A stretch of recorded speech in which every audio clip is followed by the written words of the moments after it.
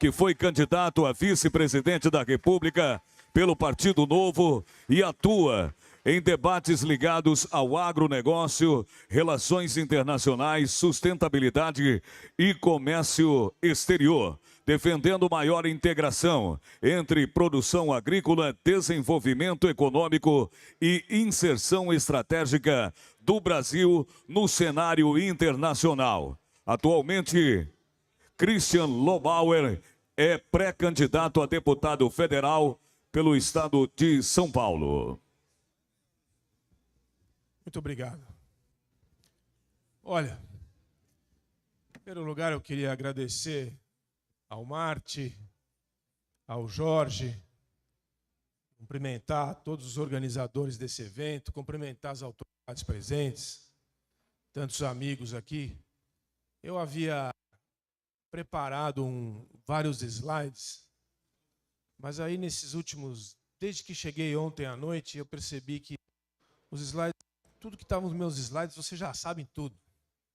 Eu decidi, nas conversas que tive nas últimas horas, fazer um improviso, um comentário, baseado naquilo que eu tinha preparado, mas nas conversas que eu tive ontem à noite e hoje de manhã, eu acho que é muito mais interessante para vocês e talvez eu possa trazer uma contribuição mais interessante para todos. A primeira coisa que uma pessoa como eu faz, quando chega num ambiente como esse em Altamira, né, um sujeito do Sudeste que vem tratar de Amazônia, Amazônia é um tema muito complexo, é ter humildade. Tem que ter humildade porque se tem uma coisa complicada para tratar, é da Amazônia.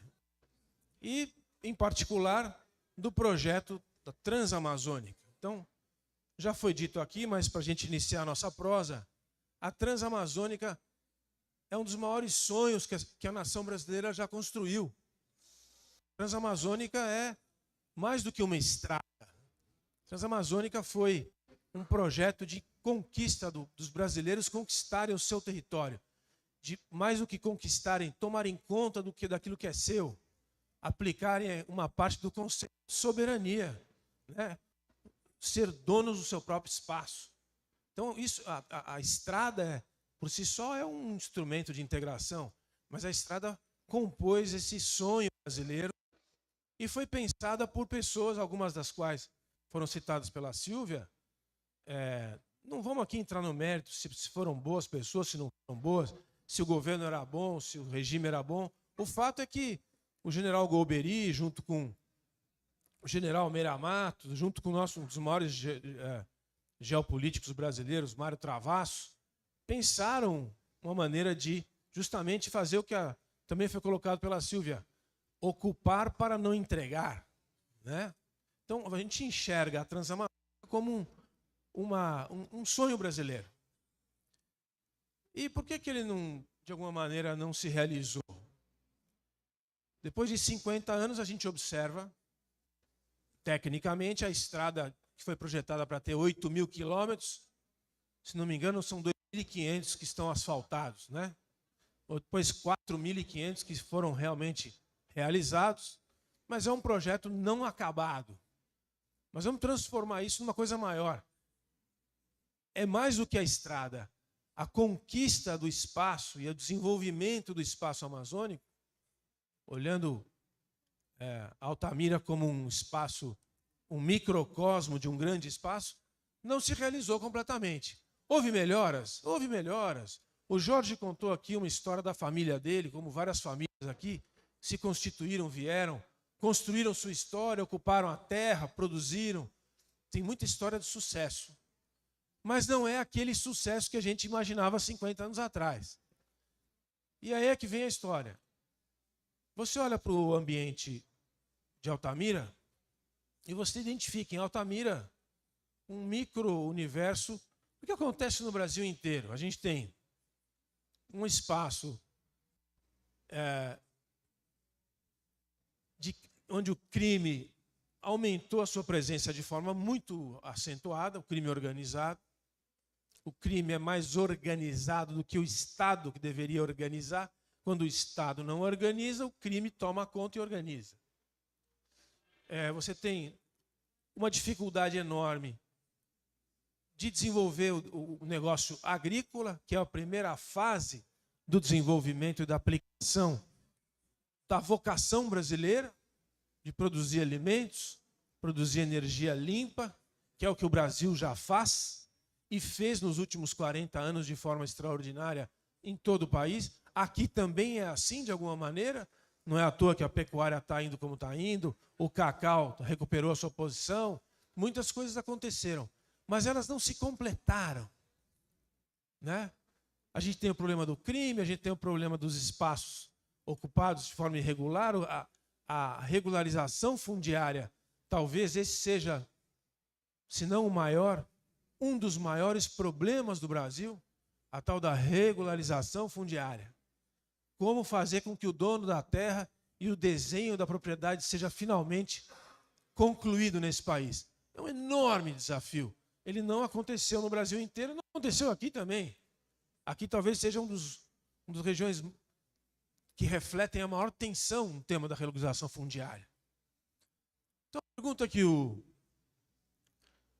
o Smart fez para todos nós é a seguinte: por que é que o desenvolvimento não chegou?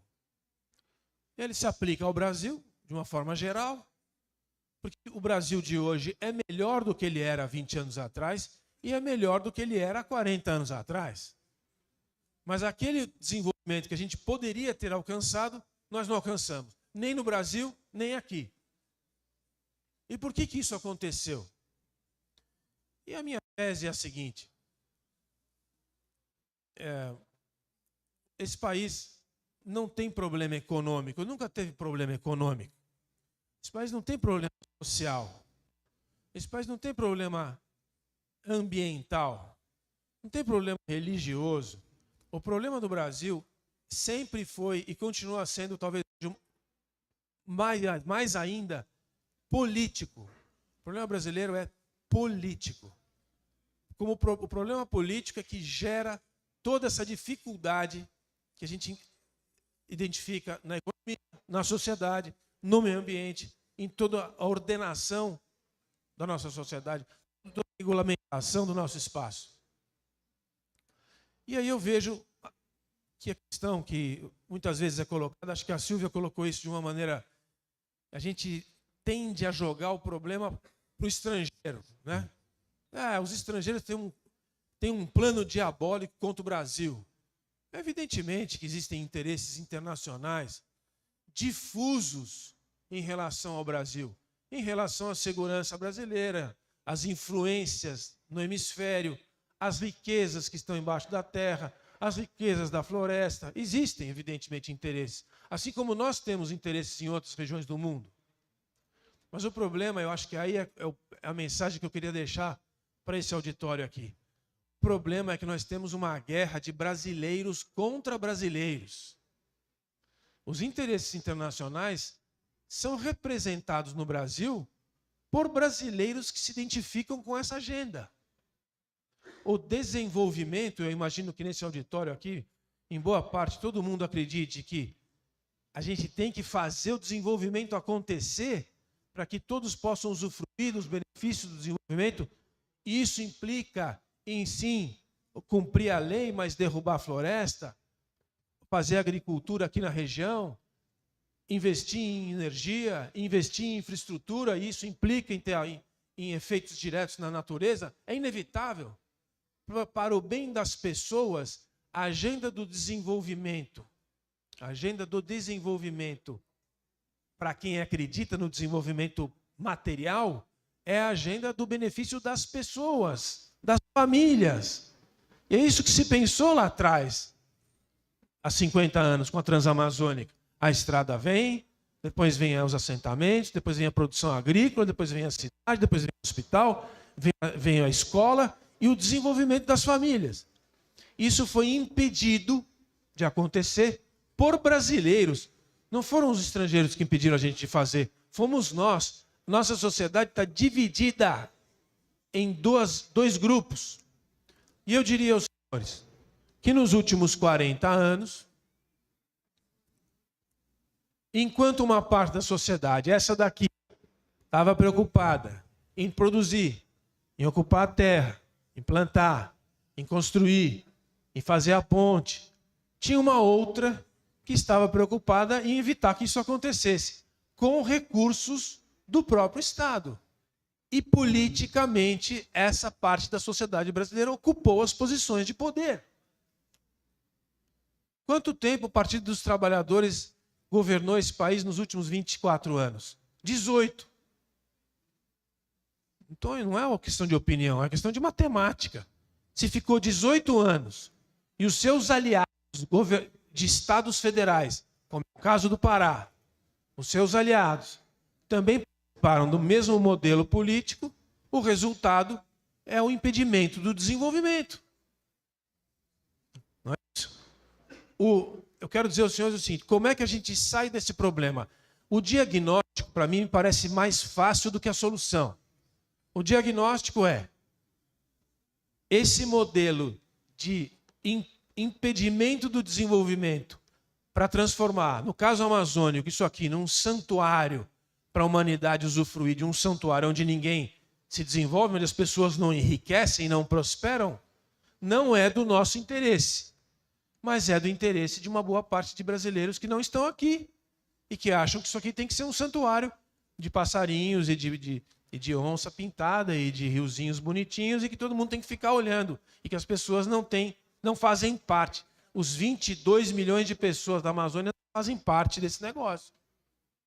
Essa gente é uma parte da sociedade brasileira que está aqui em Altamira. Não veio para o seminário de hoje. Não vem aqui conversar sobre o que nós estamos falando. Mas pensa assim e trabalha para isso. E hoje tem os recursos para fazer isso. A agenda internacional se aproveita disso. São interesses difusos. Eu não acredito em plano diabólico para o Brasil não se desenvolver. Eu acredito em interesses difusos, inclusive da criminalidade que se aproveita da fragilidade do Estado e faz uma parte do serviço que nós gostaríamos que fosse feito pelo Estado e pela iniciativa privada e é feito pelo crime. Como faz aqui, como faz uma boa parte do país.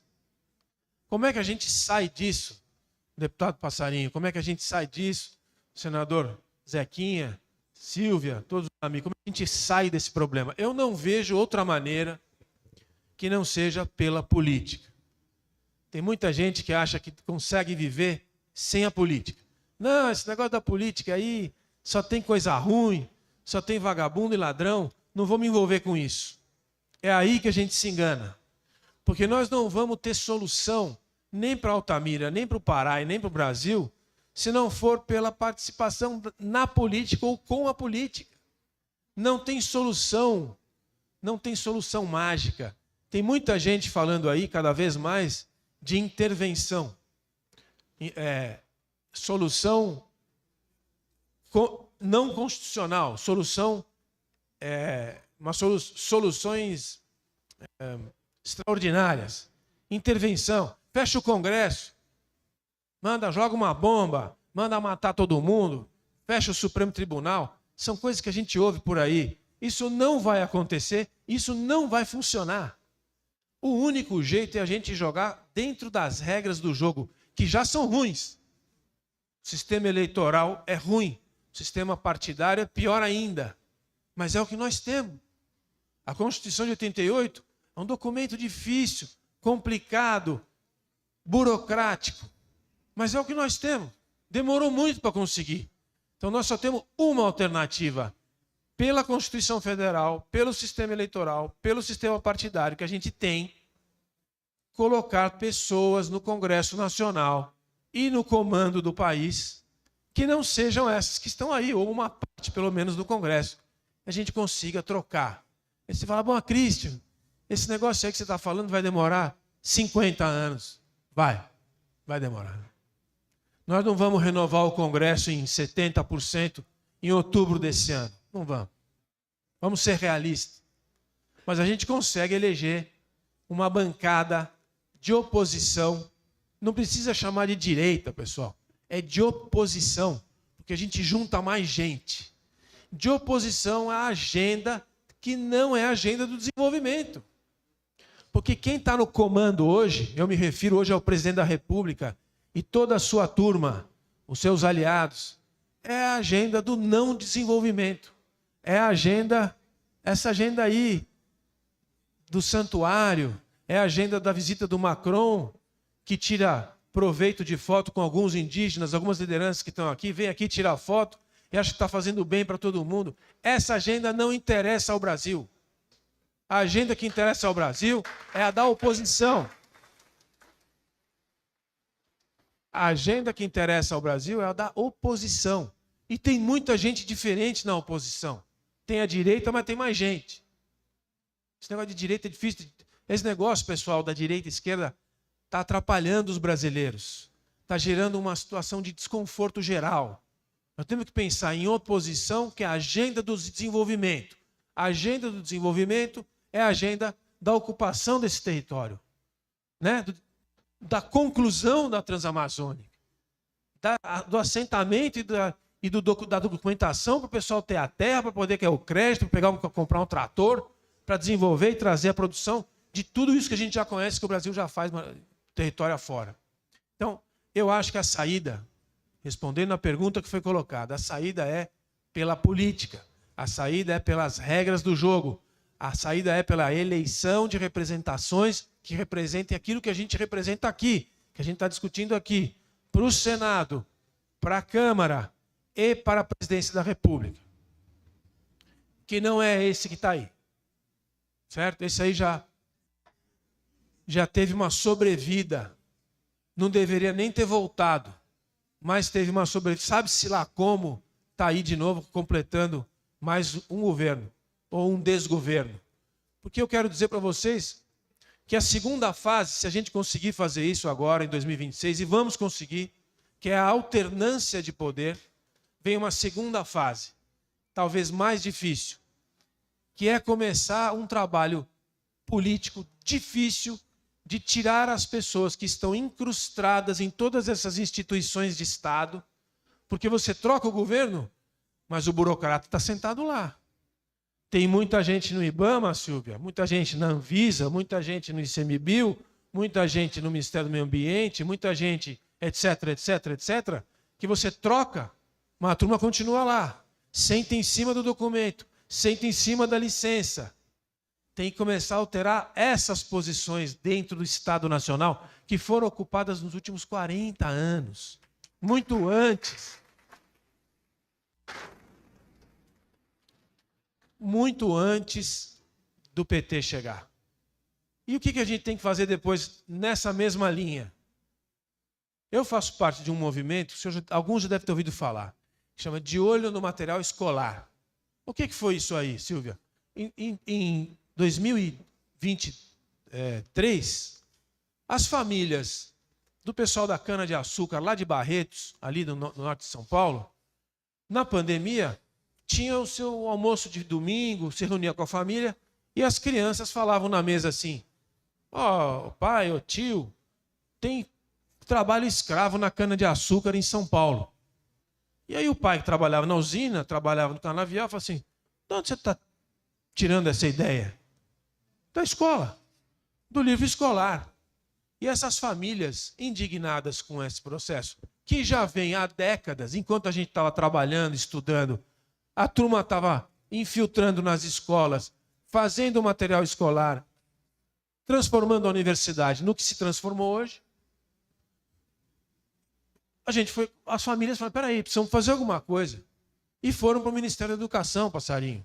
Levaram lá um estudo que a gente fez, as entidades da agricultura brasileira fizeram, as associações, com a Fundação Instituto de Administração da USP, que identificou que 96,5% do conteúdo do material escolar brasileiro relacionado à produção de alimentos, agricultura, pecuária, ao desenvolvimento de uma forma geral, é material não científico.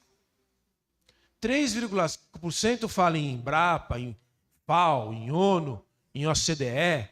O resto fala assim, um artigo de um geógrafo da USP, uma matéria do Greenpeace, publicado nos livros escolares aqui nessa cidade e no Brasil inteiro nos últimos 30 anos.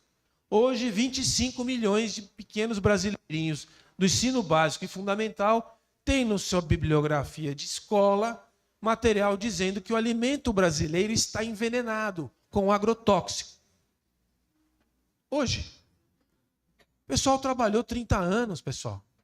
Por isso que a gente tem tanta dificuldade de explicar para as novas gerações, para as crianças, para os jovens, o que nós estamos fazendo quando a gente chega na Terra e produz alimento, e implica em tecnologia e produz desenvolvimento, a gente recebe dentro de nossa casa uma reação imediata contra o que a gente faz. Porque isso tem sido feito há muito tempo. E só tem uma maneira de fazer isso, politicamente. Quando a gente levou esse estudo no Ministério da Educação, lá em outubro de 2022, a gente só foi recebido pelo Ministério da Educação porque, na época, a ministra da Agricultura era a Tereza Cristina, atual senadora. E ela pediu que nós fôssemos recebidos lá. E depois disso, mudou o governo. O que aconteceu com o nosso estudo e com esse material que a gente entregou? Solicitando que os livros escolares passassem a ser corrigidos de acordo com a ciência. Foi engavetado, evidentemente. Trocou o governo, o Ministério da Educação é um dos mais difíceis ministérios para você lidar hoje em dia no Brasil, para você ter acesso aos números, aos gastos. A transparência do Ministério da Educação é uma das mais baixas da administração pública. Tem linhas ali de gasto do Ministério da Educação que você não identifica para onde vai o recurso nas contas nacionais. Então, esse é um exemplo, e nós vivemos isso cotidianamente, da dificuldade que a gente tem de levar o que a gente faz, o que a gente representa e o desenvolvimento para dentro do Estado Nacional.